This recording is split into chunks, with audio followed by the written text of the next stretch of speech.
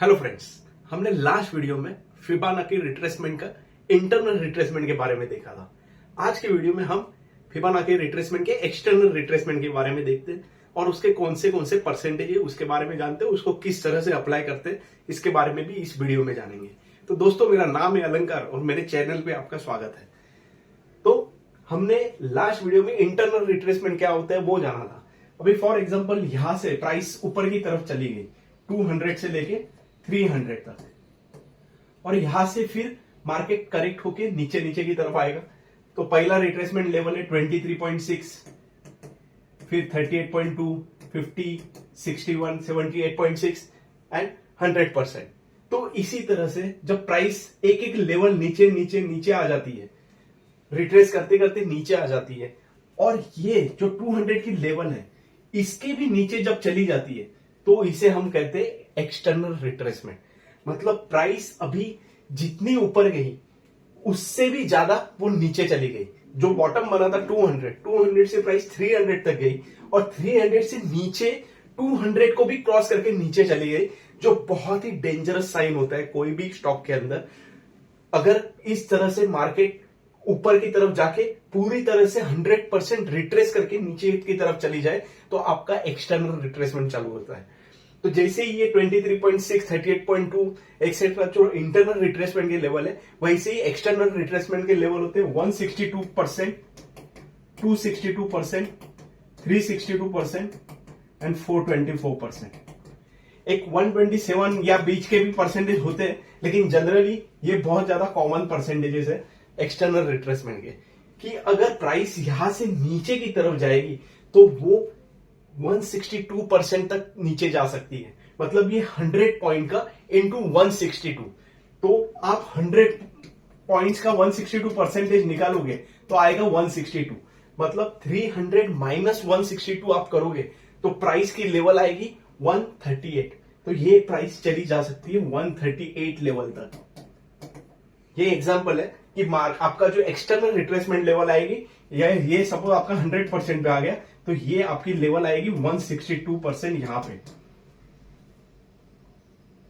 127 एक retracement level है, लेकिन वो इतनी ज्यादा इंपॉर्टेंट नहीं है जितनी, और सिस्टम में भी आप जब रिट्रेसमेंट लगाते हो तो एक्सटर्नल रिट्रेसमेंट भी आपको ये 4 फिगर्स ही दिखेंगे, 162, 262, 362 एंड 424। बीच वाले रिट्रेसमेंट लेवल आपको मैन्युअली कैलकुलेट करने पड़ेंगे। फॉर्मूला तो ऑलरेडी मैंने बताया, उसी हिसाब से आप मैन्युअली एक्सेल में कैलकुलेट करके आपके टारगेट्स आप डिसाइड कर सकते हो। तो जनरली 127 पे प्राइस जनरली नहीं रुकती। अगर रुकी तो एक बार आप मेजर करके देख सकते हो 127 पे अगर बॉटम बना तो वहां से एक बाइंग अपॉर्चुनिटी टेम्पररी आपको आ सकती है। लेकिन जनरली प्राइस 162 पे जाती है। अगर 162 पे नहीं रुकेगी तो 262% पे जाएगी। तो ये हो गया जब मार्केट ऊपर जाके नीचे की तरफ आता है। वैसे ही अगर मार्केट ऊपर से नीचे की तरफ आ रहा है, सपोज 300 से कोई प्राइस 200 के ऊपर आ गई और 200 से फिर ये ऊपर गई इंटरनल रिट्रेसमेंट करते करते, मतलब पहले ये 23.6% करेगी, फिर 38.2%, 50%, 61.8, 78.6 करते करते जब ये 100 के ऊपर चली जाएगी, मतलब 300 के ऊपर चली जाएगी, फिर ये एक्सटर्नल रिट्रेसमेंट करेगी, जिसका टारगेट ऑब्वियसली 100 पॉइंट्स 200 में 162 पॉइंट्स ऐड करने, तो 362 का आपका टारगेट आएगा। जो आपकी एक्सटर्नल रिट्रेसमेंट होगी 162% की। अगर वहां पे भी प्राइस नहीं रुकी और उसके ऊपर चली गई तो वो 262% तक जा सकती है। तो ये बहुत ही ज्यादा अमेजिंग चीज है एक्सटर्नल रिट्रेसमेंट में, क्योंकि ये जो लेवल्स होती है ना वो बहुत लंबे की लेवल्स होती है, बहुत छोटी लेवल नहीं होती है। एक्सटर्नल रिट्रेसमेंट में 23.6 और 38.2% में बहुत बड़ा गैप नहीं होता, लेकिन इंटरनल रिट्रेसमेंट में, लेकिन एक्सटर्नल रिट्रेसमेंट में ये बहुत बड़ा वाइड चीज हो जाती है कि 100% से सीधा 162% पे जंप मारेगी और वहां से नहीं रुकी तो 262% पे जाएगी। तो एक्सटर्नल रिट्रेसमेंट समझना बहुत जरूरी है, क्योंकि आप कोई भी मार्केट में कोई भी वेव के ऊपर, छोटी वेव के ऊपर भी रिट्रेसमेंट लगा सकते हो, बड़ी वेव के ऊपर भी रिट्रेसमेंट लगा सकते हो। मतलब जब हम एलियट वेव्स थियरी समझेंगे तो आपको समझ में आएगा कि स्मॉलर डिग्री लेवल की क्या वेव्स होती है और लार्जर डिग्री में क्या ट्रेंड होता है। तो फिबोनाची रिट्रेसमेंट हम स्मॉलर डिग्री पे, मतलब छोटी वेव्स पे भी लगा सकते हैं और बड़ी वेव्स पे भी लगा सकते हैं। तो दोनों को कॉम्बिनेशन करके हमें जनरली फिबोनाची रिट्रेसमेंट अप्लाई करना होता है। तो एक्सटर्नल रिट्रेसमेंट अभी तो हमने बोर्ड पे समझा, इसको हम प्रैक्टिकली अभी समझते हैं चार्ट के ऊपर अप्लाई करके।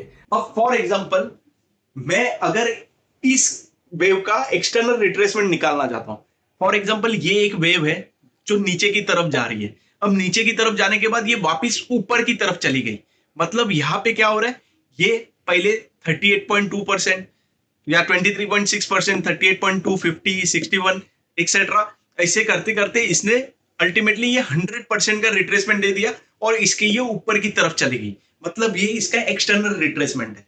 तो एक्सटर्नल रिट्रेसमेंट कैलकुलेट करने के लिए हमें किस तरह से फिबोनाची लगानी है,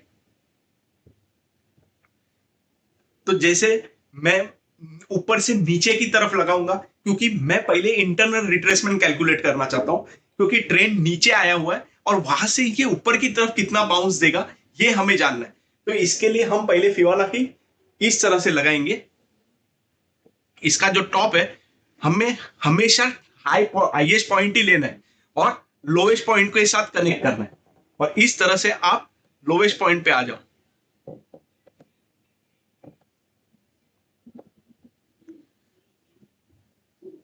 अब यहां से जो बाउंस दिया है वो पहला 23.6%, यहां पे 38.2% के आसपास क्रिप चली गई यहां पे। उसके बाद नीचे की तरफ आई, लेकिन इसका ये बॉटम नहीं तोड़ा और वहां से नॉन स्टॉप ये ऊपर की तरफ चली गई, मतलब इसने 23.6% का रिट्रेसमेंट तोड़ दिया, 38.2 का तोड़ दिया, 50%, 61.8, 78.6, और अल्टीमेटली जब ये पॉइंट के ऊपर मतलब 100% के रिट्रेसमेंट के ऊपर जाने के बाद इसका जो फर्स्ट एक्सटर्नल रिट्रेसमेंट आता है वो 162% पे आता है, और यहां पे ये 162% को भी रिट्रेस करके ऊपर की तरफ गया है। इसके बाद थोड़ा सा करेक्शन आया, लेकिन मार्केट वापस ऊपर जाके इसका 262% का रिट्रेसमेंट ले लिया।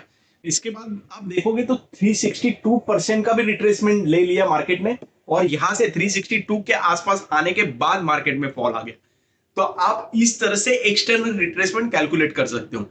आप आगे की वेव्स अभी के लिए कैलकुलेट नहीं कर सकते, आपको इनिशियल लेवल का एक वेव देखना है कि जैसे ही ये 1280 तोड़ दिया, इसके बाद आपका फर्स्ट टारगेट आता है 161%, और इसके बाद जितना ऊपर जाएगा वो आपके लिए बोनस है। फिर आप हर एक वेव का अलग अलग वेव का रिट्रेसमेंट निकाल के उसको दूसरे इंडिकेटर के साथ मर्ज करके आप देख सकते हो कि यहां से वापस और ऊपर जाएगा या यहां से करेक्शन आएगा। वो हम स्टेप बाय स्टेप जाते हैं, हमेशा टेक्निकल में स्टेप बाय स्टेप जाना होता है कि जैसे आपका फर्स्ट रेजिस्टेंस क्रॉस हुआ, resistance would be your target. हमेशा टेक्निकल में यही होता है कि जो सपोर्ट होता है उसके हल्का सा नीचे आपका स्टॉप लॉस होगा और रेजिस्टेंस से हल्का सा नीचे आपका टारगेट होगा। तो रेजिस्टेंस के ऊपर टिकने के बाद प्राइस वही रेजिस्टेंस बिकम्स इट सपोर्ट, और फिर वो सपोर्ट नहीं तोड़ेगा, और फिर आपका वो एक टारगेट अचीव होने के बाद हम नेक्स्ट टारगेट के लिए जा सकते हैं। जब तक वो रेजिस्टेंस ब्रेक नहीं कर रहा है, आपको वो रेजिस्टेंस पे आते ही एक बार के लिए आपकी पोजीशन स्क्वायर ऑफ करनी है, फिर देखना है अगर वो रेजिस्टेंस के ऊपर वापस टिक जाता है तो आपको री एंट्री करनी है। अगर वो रेजिस्टेंस पे टिकता नहीं और वापस नीचे के साइड में आता है तो फिर आपको ट्रेंड देख के उस हिसाब से पोजीशन बनानी होती है।